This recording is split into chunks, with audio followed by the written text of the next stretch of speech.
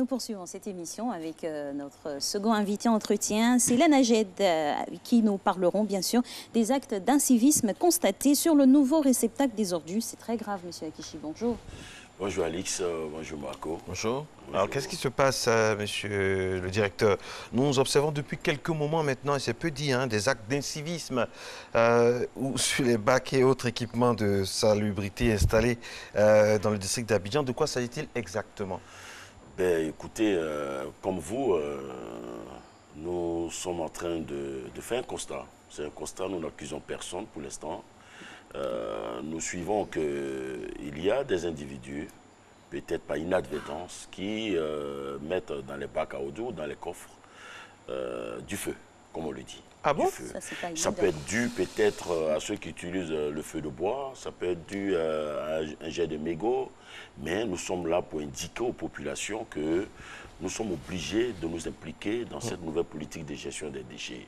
C'est le lieu de rappeler à toute la population ivoirienne, aux femmes de ménage, aux femmes qui font le commerce en bordure de route. S'il vous plaît, il faut vérifier d'abord la nature des ordures, surtout avant de les mettre dans le réceptacle. Sinon, à cette allure, vous êtes en train de nous tirer vers le bas. Mais est-ce que c'est normal même qu'elles soient au bord de la route en ce moment où tout est réglementé? On a parlé de 5 mètres, tout ça. Normalement, elles doivent être là au bord de la route pour leur propre sécurité. Et puis pour la salubrité, pour l'environnement. C'est encore une autre bataille qui est en train d'être menée par les nouveaux maires du district d'Abidjan. Au passage, nous les saluons, c'est des maires qui sont engagés.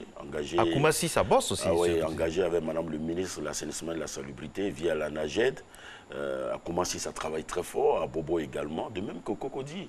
Et même à Djamé où on constate beaucoup dans ces communes-là qu'il y a beaucoup d'attroupements aux abords des voies. Surtout les bois empruntés par les véhicules. Et bon, nous sommes là pour le dire, attention, les réceptacles coûtent très cher, les coffres sont autour de plus de 5 millions. Si vous mettez le feu dedans, à cette allure-là, les populations seront obligées de déverser les ordures dans les caniveaux. Monsieur Akichi, j'aimerais donner de l'eau à votre moulin. Il faut qu'on soit très très sérieux sur là-dessus. Ce n'est pas autorisé d'être au bord de la route pour un commerce. Si on vous enlève, ce n'est pas qu'on ne veut pas promouvoir, comment on appelle l'autonomisation, l'entrepreneuriat. Non, c'est une question de sécurité. Et quand il y a la sécurité qui est en danger comme ça prime sur tout.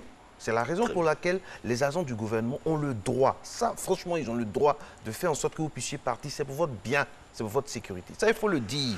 On va le faire, vous savez que... Il faut des spots en plusieurs langues, comme ça venez voir la RTI, on a des spécialistes. Merci Marco, vous avez parlé de la saison des pluies. Ce sont des événements qui causent beaucoup d'inondations. Voilà. Ce sont des causes de mort, nous demandons dégager sur les canaux d'évacuation d'eau pluviale, s'il vous plaît.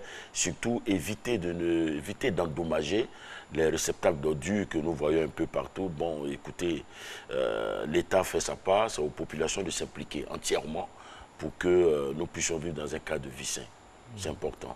Et dans les images tout de suite diffusées, on a vu aussi le conditionnement des ordures qui n'est vraiment pas aux normes demandées. Et là, vous voyez que nous avons des agents de la NAGED qui sont sur le terrain, qui essaient de sensibiliser les populations, qui essaient d'aider nos dames qui vendent pour leur dire d'utiliser des sacs poubelles. Surtout que vous produisez beaucoup d'ordures, énormément d'ordures. C'est le lieu de demander à ces femmes-là de faire un peu d'effort, de respecter surtout, d'éviter de jeter les ordures en dehors des réceptacles. Ça, on l'observe un peu partout. On a le bac ou bien on a le coffre qui est vide, mais quand les populations arrivent, elles déposent les ordures au bas des réceptacles. Et vraiment, ça met nos opérateurs mal à l'aise et ça ralentit le travail. Est-ce qu'il y a assez? Il y a une question. Est-ce qu'il y a assez de réceptacles aussi? Parce que là, ce que nous voyons à l'antenne... La capacité, là, il faut encore plus de réceptacles, monsieur Akichi. Pour une population je peux dire que si on respecte les horaires de sortie des ordures, on peut y arriver. C'est surtout le respect. On a besoin d'un peu de discipline.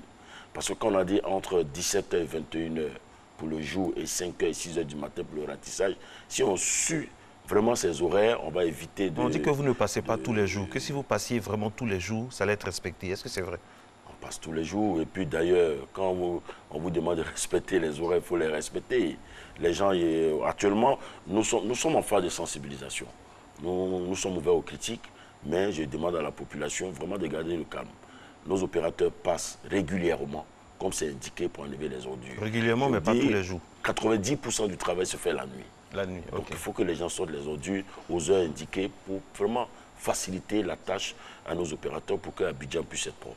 Monsieur Akichi, le chemin, quand on constate, il n'est pas dû également à la culture, parce que généralement, on se dit que c'est une certaine classe qui utilise les sachets poubelles, les autres, c'est comme ça dans un bac. Est-ce que l'accessibilité est facile?